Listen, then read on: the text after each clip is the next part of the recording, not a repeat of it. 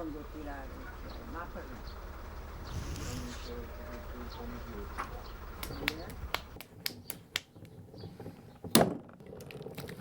Se o barro não tiver muito homogéneo em termos de dureza, é vergado primeiro. Depois é que se faz as bolas. Eu aprendi, eu comecei naturalmente uma maneira de dizer porque já o meu pai trabalhava. Há alturas em que trabalho 3 semanas seguidas sempre neste. Agora há outras alturas em que passo talvez semanas em que não trabalho nada nisto. Tem as alturas de trabalhos agrícolas que me roubam um bocado de tempo.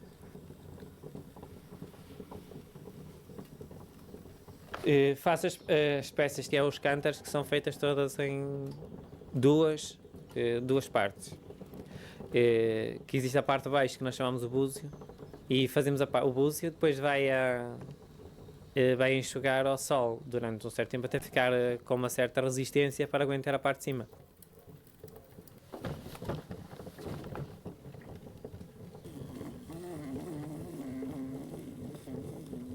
As peças de tamanho médio, grande, quase todas usavam o encrespado. Se a peça estiver certinha, o som é contínuo.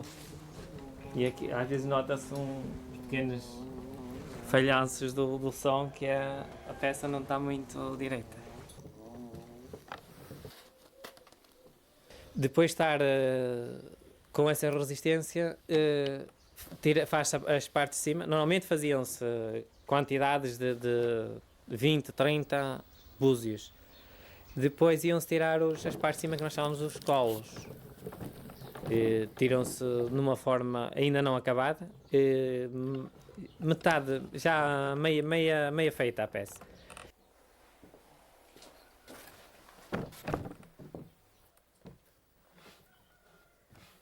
Depois o colo era posto em cima e era acabado, terminado.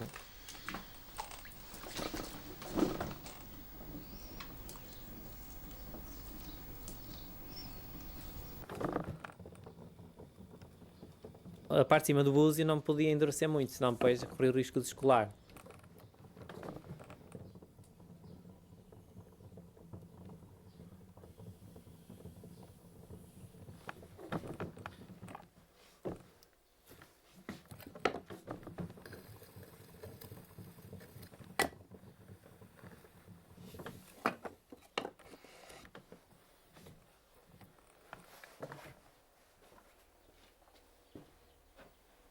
E logo a seguir, normalmente leva as asas, que é o caso dos cântaros, leva uma asa grande e depois uma asa pequena que nós chamávamos o umbigo.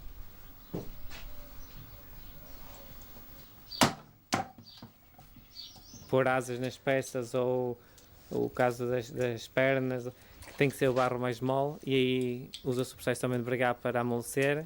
Todas as asas são tiradas à mão.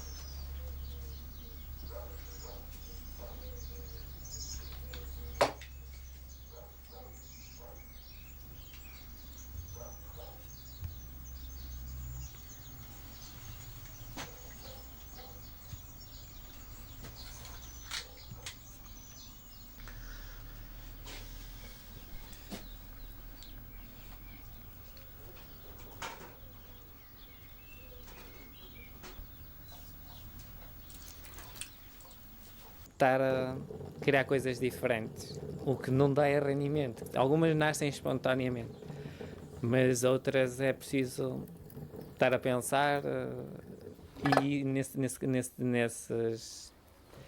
nessas situações perde-se tempo, o que não se ganha dinheiro, não é? Normalmente. E é mais pelo prazer de preservar e também dá um certo gosto de fazer aquelas peças tradicionais, porque alguns fazem-nas, mas sem conhecimento e com uma certa adulteração dos modelos originais.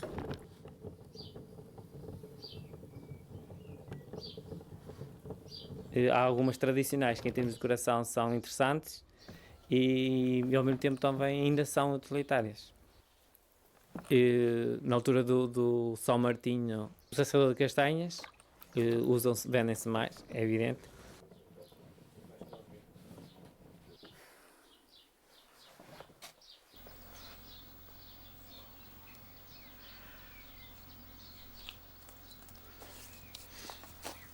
Também faço algumas inovações feitas por mim. São atrativas para fazer porque em termos monetários compensam mais.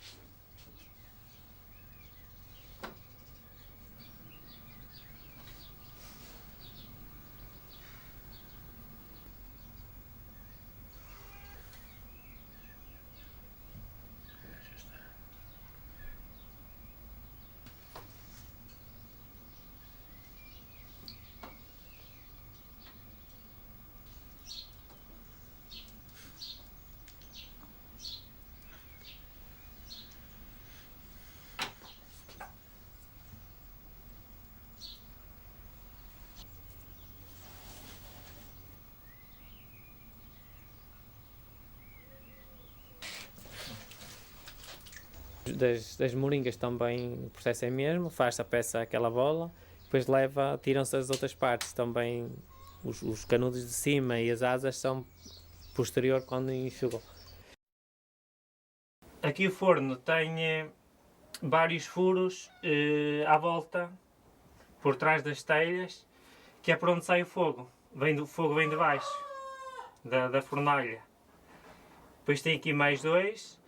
E depois o fogo automaticamente, durante a cozedura, vai se espalhando pelo interior das peças. Depois tenho aqui ao meio, que é para as peças não ficarem todas no peso das de baixo, levam os ferros para dividir, praticamente fica em duas partes. A parte de baixo, depois tem uma parte por cima, que normalmente são peças sempre mais leves.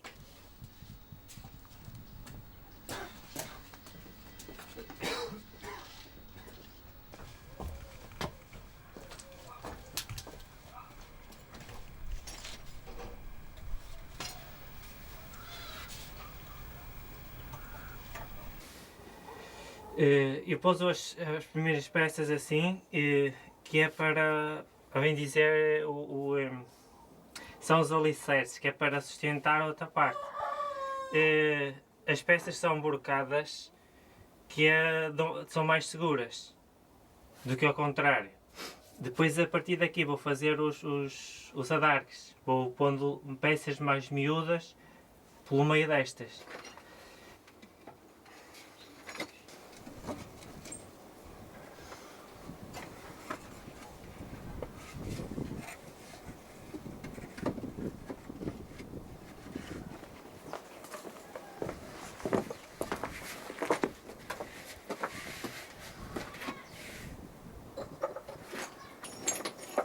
Para não ter ar dentro, senão pode abrir facilmente.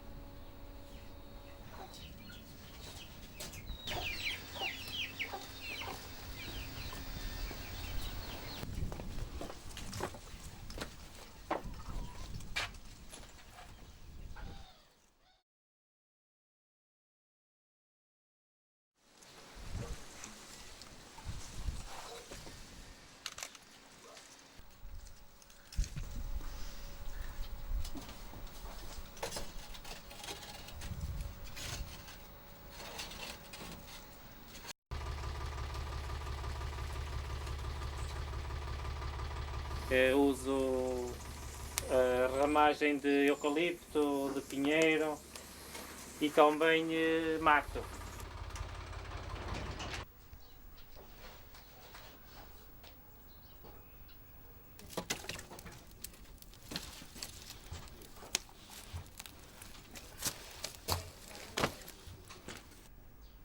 Começamos agora o processo de aquecimento, que portanto isto está assim lentamente durante 3 horas à volta disso e depois progressivamente vai-se aumentando.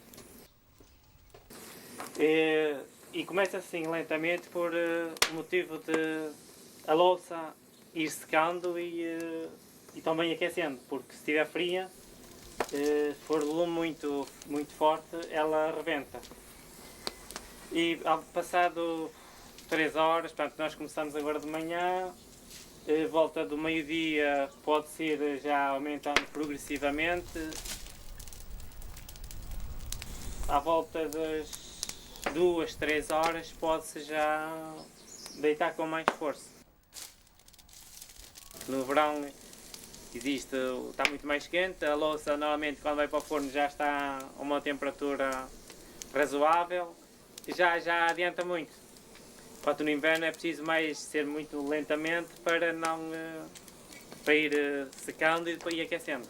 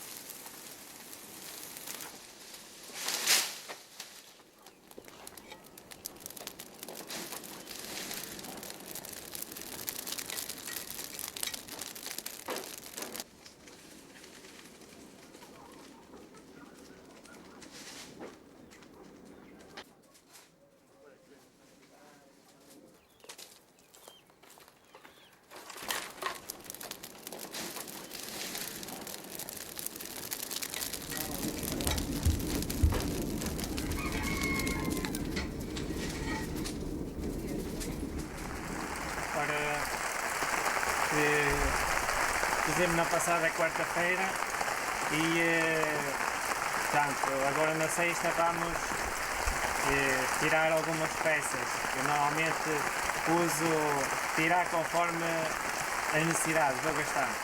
Está a chover e dá frio, mas mesmo assim a louça ainda dentro deve ter uma temperatura à volta de 30 graus.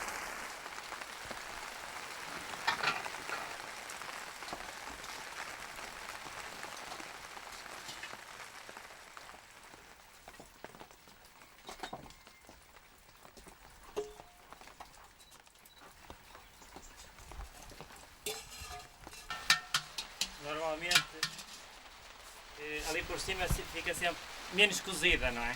A menos cozida é sempre na parte de cima, mas deve estar pelo toque, está bem cozido. Mais recentemente também faço umas pecinhas de figurada. As pessoas às vezes apareciam e encomendavam por um presépio, se não fazia imagens de alguns santos, e eu a partir daí comecei a fazer. As peças tradicionais têm um preço relativamente baixo ao trabalho que dão. E eu normalmente não tiro muito a mais, porque enquanto está aqui conserva-se mais ou menos. Senão, o tirar, armazenar aí fora, depois às vezes muda-se de sítios e estraga-se mais. Aqui está mais bem protegida. Tenho agora uma feira medieval e preciso de algumas peças para levar, que não tenho. Há certos modelos que praticamente já ninguém faz, já nem conhecem que existiam. E eu continuo a fazer para não desaparecerem. Há outras peças que vou até algumas baseadas nos modelos tradicionais, inovo, faço pequenas alterações para fazer umas pequenas inovações, pronto, modelos diferentes. As peças tradicionais, em termos de procura, existe, mas não é muita. Não é muita porque agora usam simplesmente para decoração, para utilizar mesmo para cozinhar. Isso é raro já. Existem umas pessoas mais idosas que ainda usam para fazer cafeteiras, para fazer café, ou os púcaros para fazerem a sopa, ainda usam. Os assadores castanhas também ainda utilizam para assar castanhas. Depois as outras peças, o figurado é mais à base de colecionadores que procuram isso.